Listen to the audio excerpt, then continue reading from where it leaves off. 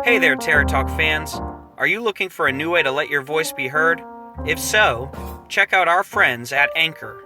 Anchor is a one-stop shop for creating your very own podcast.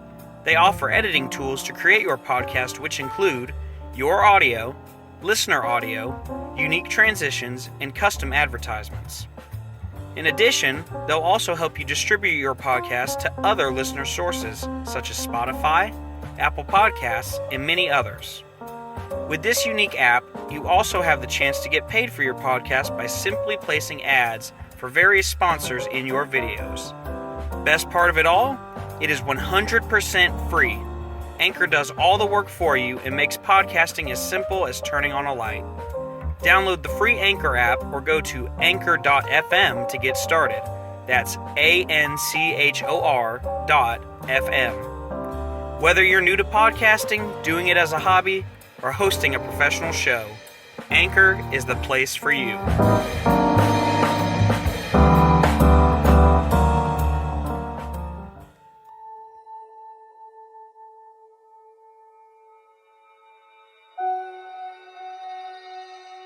Hello, ladies and gentlemen. You are listening to episode 12 of the Terror Talks. We hope you enjoyed our last two episodes where we had our special guest Aiden on, and we talked about the history of the original Horror Nights icons. Not the original ones, but the original ideas of ones. I think I'm saying that right? I don't know. Who knows? But on today's episode, we are going to be talking all about Universal Studios' latest announcement for their Halloween Horror Nights event 2021. This will be their 30th year of doing Halloween Horror Nights. Tagline, don't go alone. We had one announcement already. We haven't really talked about it on the show, but our first house announcement was Beetlejuice. And we received that announcement a while back. We're pretty sure we know at least three other ones that have not yet been officially announced by Universal, but in a way they kind of have been. One of them being Puppet Theater Captive Audience, and then the other two are the returning houses from last year's mini Halloween Horror Nights, Revenge of the Tooth Fairy, and The Bride of Frankenstein Lives. So we're pretty sure that at the very least we will see those three, and we know for a fact we'll see the Beetlejuice house. But we just received official word from Universal. They announced the other day that the next house that they are going to have is going to be a house based on The Haunting of Hill House, the popular Netflix series that came out back in 2018, I believe. I'm a little late to the party. As soon as I heard about this house, I went ahead and binge-watched the entire thing because I wanted to make sure I knew what I was getting into. And I got to tell you guys that I am just beyond ecstatic about this because the show was just amazing. You know, it wasn't just scary, it was dramatic. It had all these different angles they went from. And so that alone makes me just absolutely so excited to see what Universal is going to do with this. I think they're going to do amazing things with it. We've already seen some images posted to Twitter as well as some other social media. I want to say Universal themselves may have actually posted these as well. I guess it would have to be someone at Universal because it came from inside the haunted house, but there are actual pictures of the inside facade and some of the set work in there, and I have to tell you guys, it looks absolutely amazing. If you haven't seen it, I'm sure you can find it pretty easily out there, so go try to find that and take a look at it, because it looks amazing. It really looks like you're stepping into the TV show. So we're going to talk a little about The Haunting of Hill House and what we might be able to expect from the Universal Studios Halloween Horror Nights house. We're going to kind of do some comparing and contrasting. Well, I guess you can't really compare and contrast, but we can, just kind of talk about our expectations, if you will. So first off, though, The Haunting of Hill House is an American supernatural horror drama television series created and directed by Mike Flanagan, produced by Amblin Television and Paramount Television for Netflix, and serves as the first entry in the Haunting anthology series. So, if my understanding is correct, they are going to create an entire anthology of all these haunting things, and I want to say that has to do somewhat with the character in the show. He is an author who writes The Haunting of Hill House, as well as several other books to kind of go along with that. So I'm wondering if they're going to find a tie into that in the TV show. But, you know, we don't really know until we see. I haven't watched The Haunting of Bly Manor. A lot of people have actually told me don't waste my time with it. So I'm kind of on the fence of whether or not I'm going to watch it. But like I said, today is all about Hill House. So this is Universal's little description of the house. Netflix's The Haunting of Hill House. It stands like a brooding creature, waiting for its victims. Enter the decaying remains of an aging mansion that lives, even if all who dwell there are long dead. Step right into Netflix's supernatural masterpiece, The Haunting of Hill House. Each unsettling room, each darkened hallway takes you deeper and deeper into your worst nightmares. Come face to face with the tall man, the bent-necked lady, the ghost in the basement, and more. Enter the Red Room, and you may find yourself spending all of eternity listening to the sound of your own screams. So, Universal Studios are doing The Haunting of Hill House as their next haunted house. Like I said, I'm very, very excited about this. So, what to expect? I mean, there's going to be some things that we can expect from it. There's going to be other things we can't necessarily expect from it. I mean, this is a show that basically, it's not all horror. You know, it's not designed to be 100% this horror movie type feel to it. It's half horror, half drama, half, you know, psychological. There's a lot of sides to it. It's very three-dimensional if you really look at it. And I think that's what I absolutely love about this TV show, is that it has these different angles that you can look at it through to describe it. Basically, to give you guys the overall idea of it, for those of you who haven't seen it, you're going to hear a little bit of a spoiler here, or a couple spoilers, as much as I can give. Basically, the whole film, or the whole TV show, follows the course of this family of seven who moved into Hill House when they were children. Some things happened, and it basically catalogs the rest of their life and how they were truly affected by Hill House. And one of the ways that happened was the mom was, I'm basically going to say she was possessed.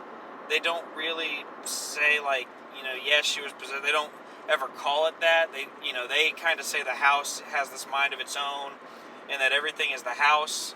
I'm going to say that the spirits kind of inhabited the mom and drove her to basically try to kill her kids, because at the very end of the whole thing, the climax of it, there are several times you see her, she's holding a screwdriver to her husband's neck, like she's going to kill him, and then there's a big climactic scene that is touched upon, but we don't find out what really happened until the end. The dad gathers up all the kids and says we have to go, takes them out of the house, and they leave. But nobody really knows what happens to the mom. All we've heard for the longest time is that she killed herself. But we don't really have all the information, and again, we don't really get that until the end of the whole thing. What we find out is she was actually trying to kill her youngest kids, her twins. And with that, she was like possessed by this spirit of the house or whatever, who was basically telling her, you know, you need to wake them up. Basically saying don't send them out into the world because the world is dangerous, for lack of a better word. And so that's kind of the overarching thing here is, you know, these demon ghosts from their past are haunting everybody, telling them, you know, don't, you know, go back to the house and basically kill yourself. They're basically trying to kill everybody and make more inhabitants of Hill House. The show is really dark. I'm not even going to lie. It has some very dark tones to it. You know, one of the things they talk about a lot is mental illness and suicide, because that's how that's what happens to the mom. After she tries to kill the kids, luckily the dad comes in and stops her just in time.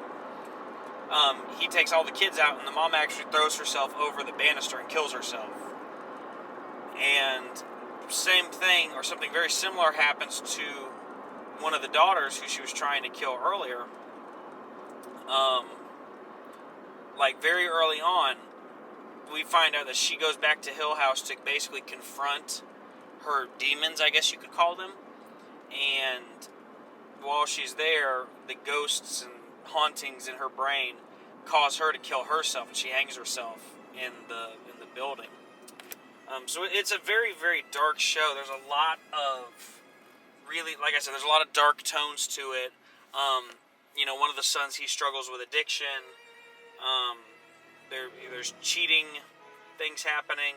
There's a lot of things that happen in this show that are a little darker, a little on the darker side. It's definitely a more mature show, but it's still a good show nonetheless. I really, really, really enjoyed it when I got to sit down and watch the whole thing. So, talking about the house and what they could do with Halloween Horror Nights, just reading the description, there's no shortage of things that they could do with it, because the house alone, just going through it for the scenic value of it would, honestly, for me, that would be more than enough, because, the house itself is beautiful. The scenic work is gorgeous, and like I said, we've already seen a facade that shows some of the set work, and you literally are walking into the house. The facade of this haunted house looks like the Hill House from the movie. Like, Universal, they outdid themselves. Like, immaculately outdid themselves, because it looks just like Hill House. I remember in the pictures that were sent out, there's the facade, and in the windows in the facade is this glowing red light. So it looks very eerie. Well, as I was watching the show, there is a moment in the show where one of the characters goes up to the front of the house and all the windows turn red, and it matched what I saw in the facade. And so I was just like, that's awesome, that's incredible, I love it. So I'm very, very, very excited about that. They have really done a good job. There's a lot of really neat scenes in the show that I guarantee are going to be emulated in here. One of the things we heard was the bent neck lady. She is a very pivotal face in this show, because that is who is tormenting the little girl who kills herself. She didn't kill herself as a little girl, she kills herself as an adult. But basically, this girl has been seeing the bent neck lady since she was a little girl, and all of a sudden she comes back, and that's what basically makes her kill herself. We find out in the show that she is the bent neck lady. She's been seeing her own future through I guess the house was making her see that. I don't know. It's very weird. It's very strange.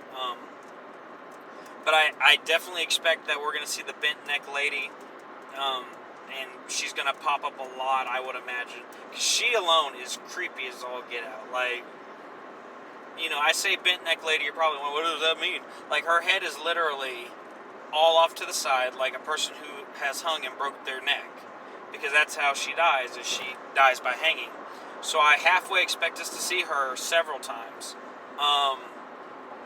There's another guy in there. I don't think he's ever really, established upon who he is, but I want to say he's the one that was referred to as the tall man. And he wears like a bowler hat, and he has a cane and all. Like, he's very tall and menacing looking.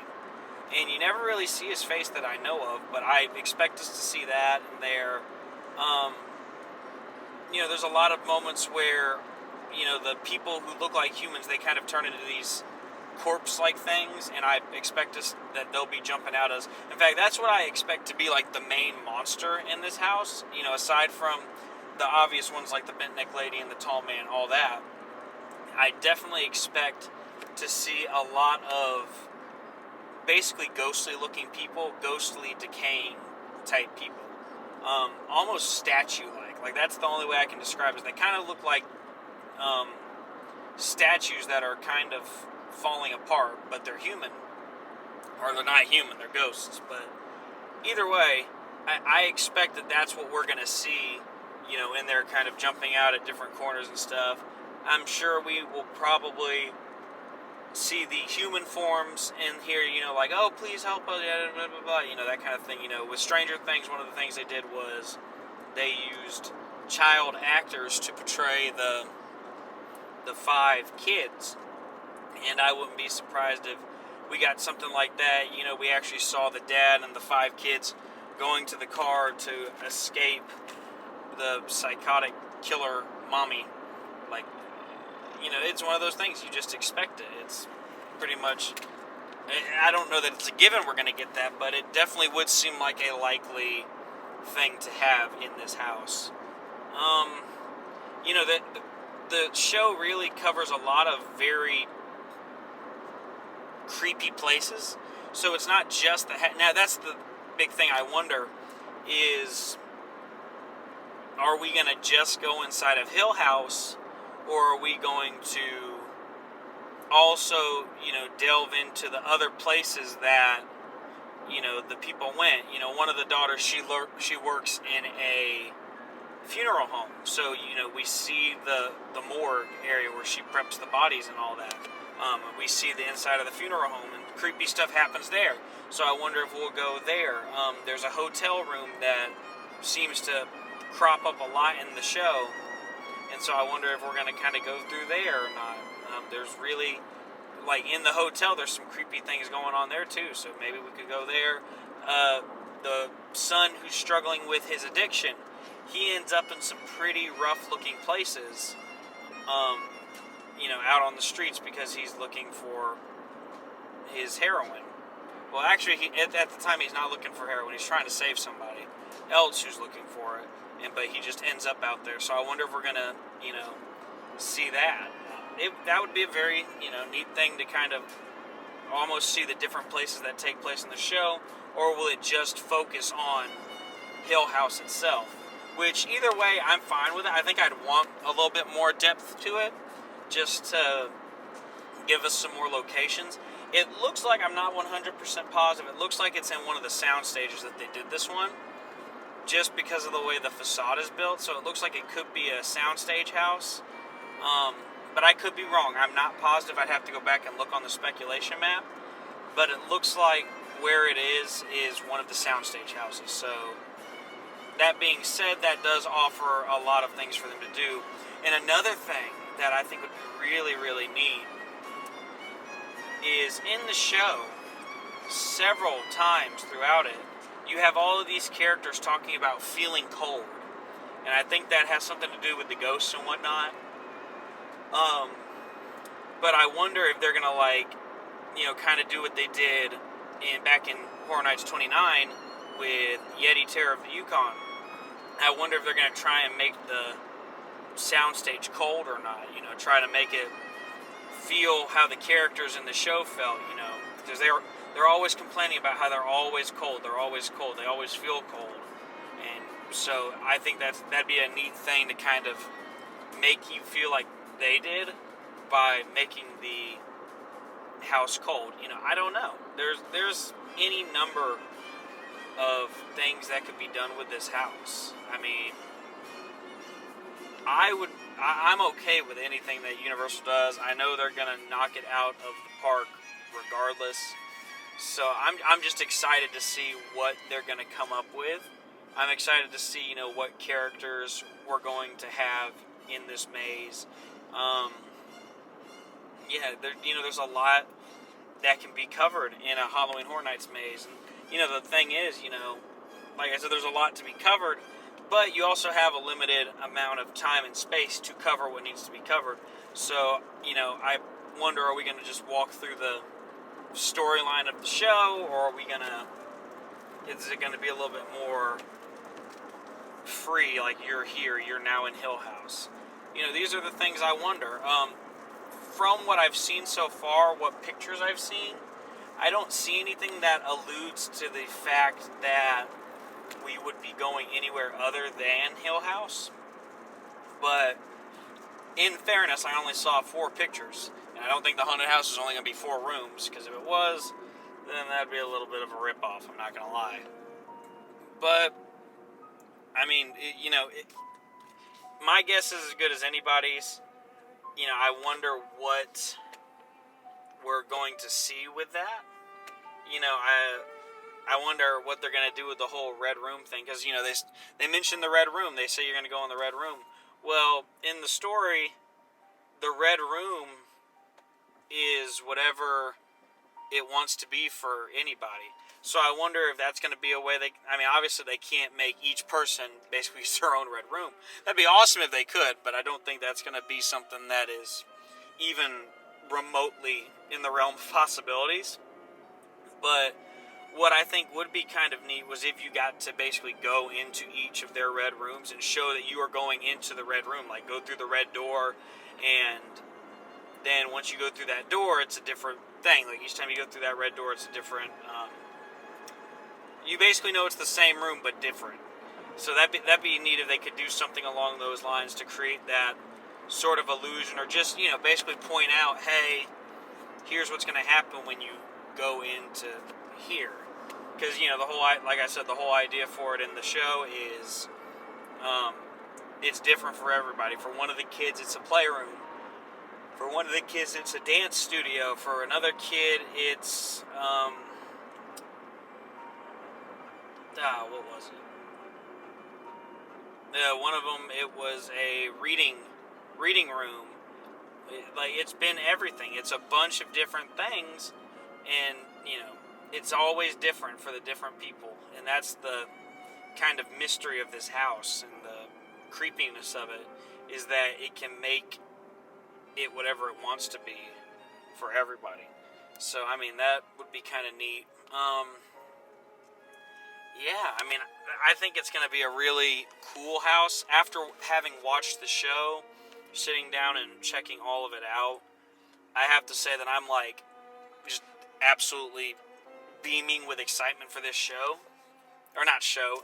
Well, I am beaming with excitement from the show, and I hope that, the sequels to it, Bly Manor and whatever comes after that, I hope they are better than what everybody says, but I won't know till I get to sit down and watch them. But I am very much looking forward to this house. I definitely, once I have everything out there, I'll kind of make a hype list of where I rank it, and I would say this one's probably going to be up there.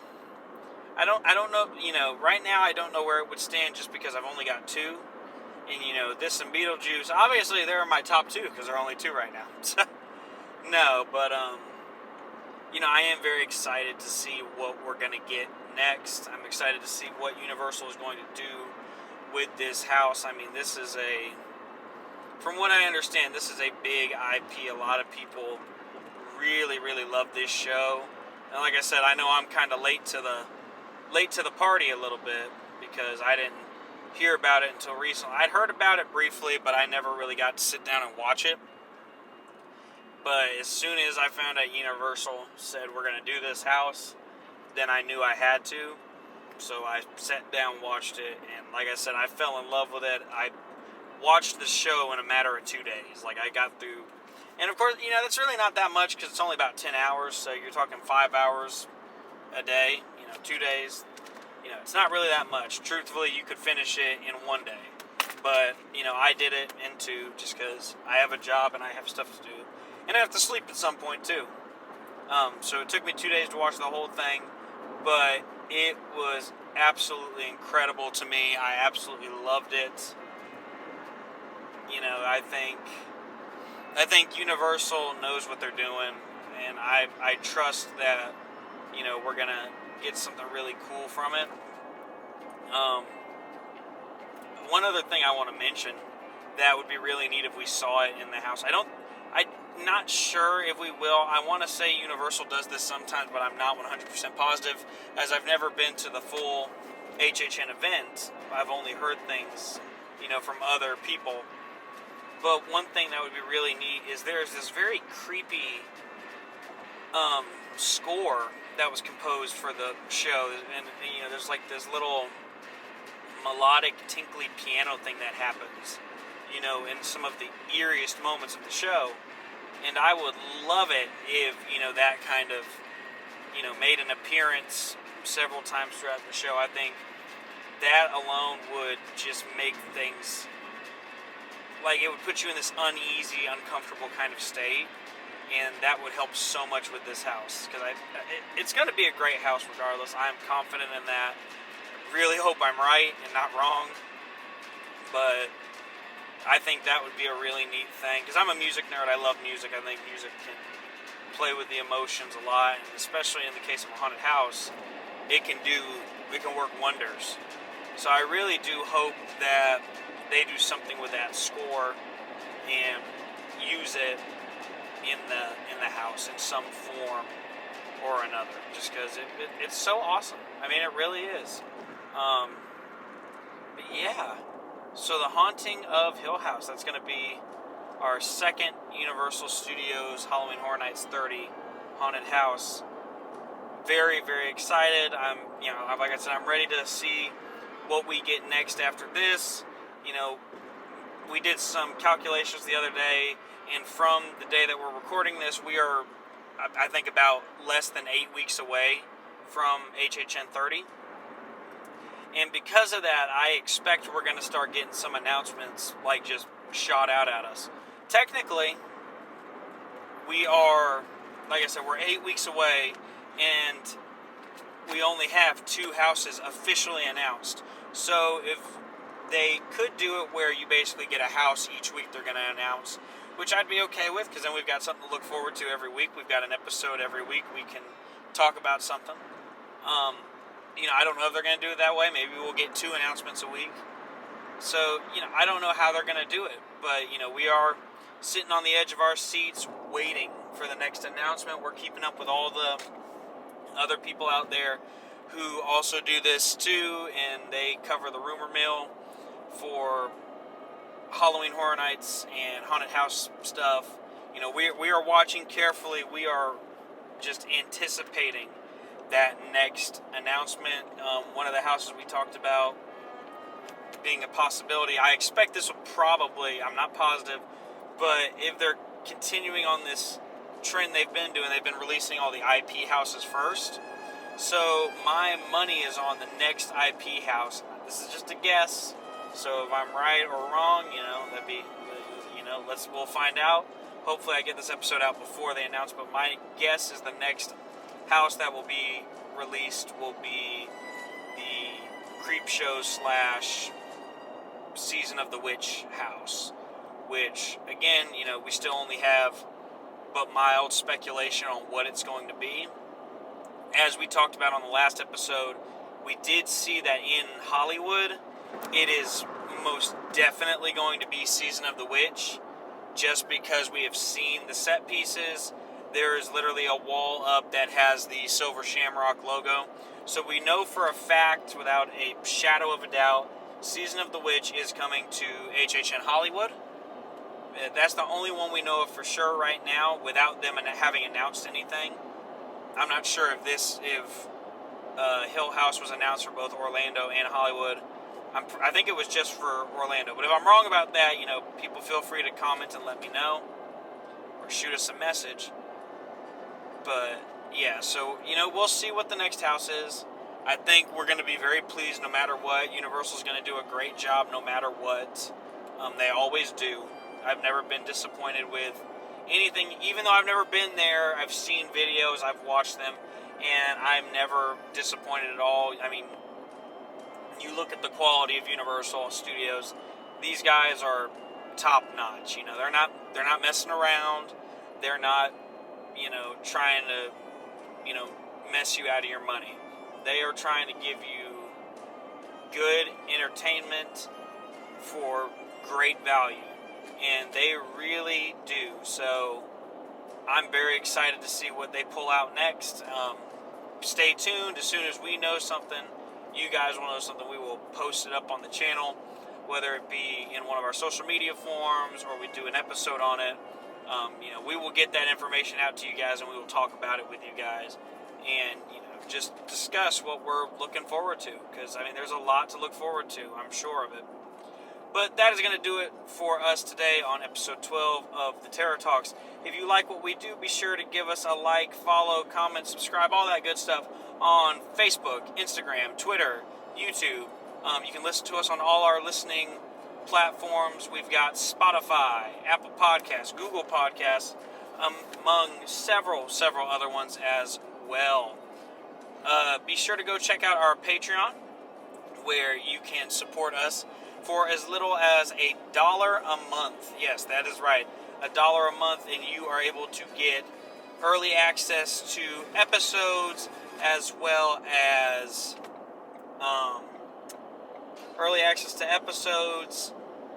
bonus content, and if you go for the $10 package, we have merch for you as well. Yes, that's right, we have Terror Talks merch. So be sure to check us out on all of those platforms.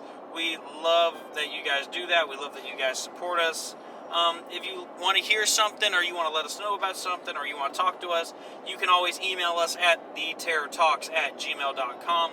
We will always respond to your emails. We will always talk to you guys, because we love hearing from our fans. We love talking to you guys. You guys are great. Y'all are what keep the channel running. You are what keeps the podcast running. So we always want to hear from you guys. We want to hear anything and everything that you have to say. We're going to be doing an episode sometime soon with collaboration from several of our listeners, as well as several other Universal podcasts out there. Or not Universal podcasts, I'm sorry. Several other podcasts in general. We're going to be doing a listener's guide to Halloween Horror Nights. And what this is going to be is we are asking that if you've been to Halloween Horror Nights and you know the event very well, we want you to send us in a clip of your must-do horror nights. What is the guide to having a flawless, perfect Halloween Horror Nights? We want to hear from you guys. It can be as short or as long as you want. We will fit all of you in. If we have to break it up into several episodes, we will do it that way too. We want to get as many things as we can, as many segments as we can. We want to hear from all of our fans out there. Be sure to send us those emails or those voice recordings to theterrortalks@gmail.com. You can also message us to let us know that you sent us an email, just in case we do miss it or touch base with us. You can reach us on all our social media platforms as well to contact us directly. But that is going to do it for us today on the Terror Talks. We will see you guys next time. Take care.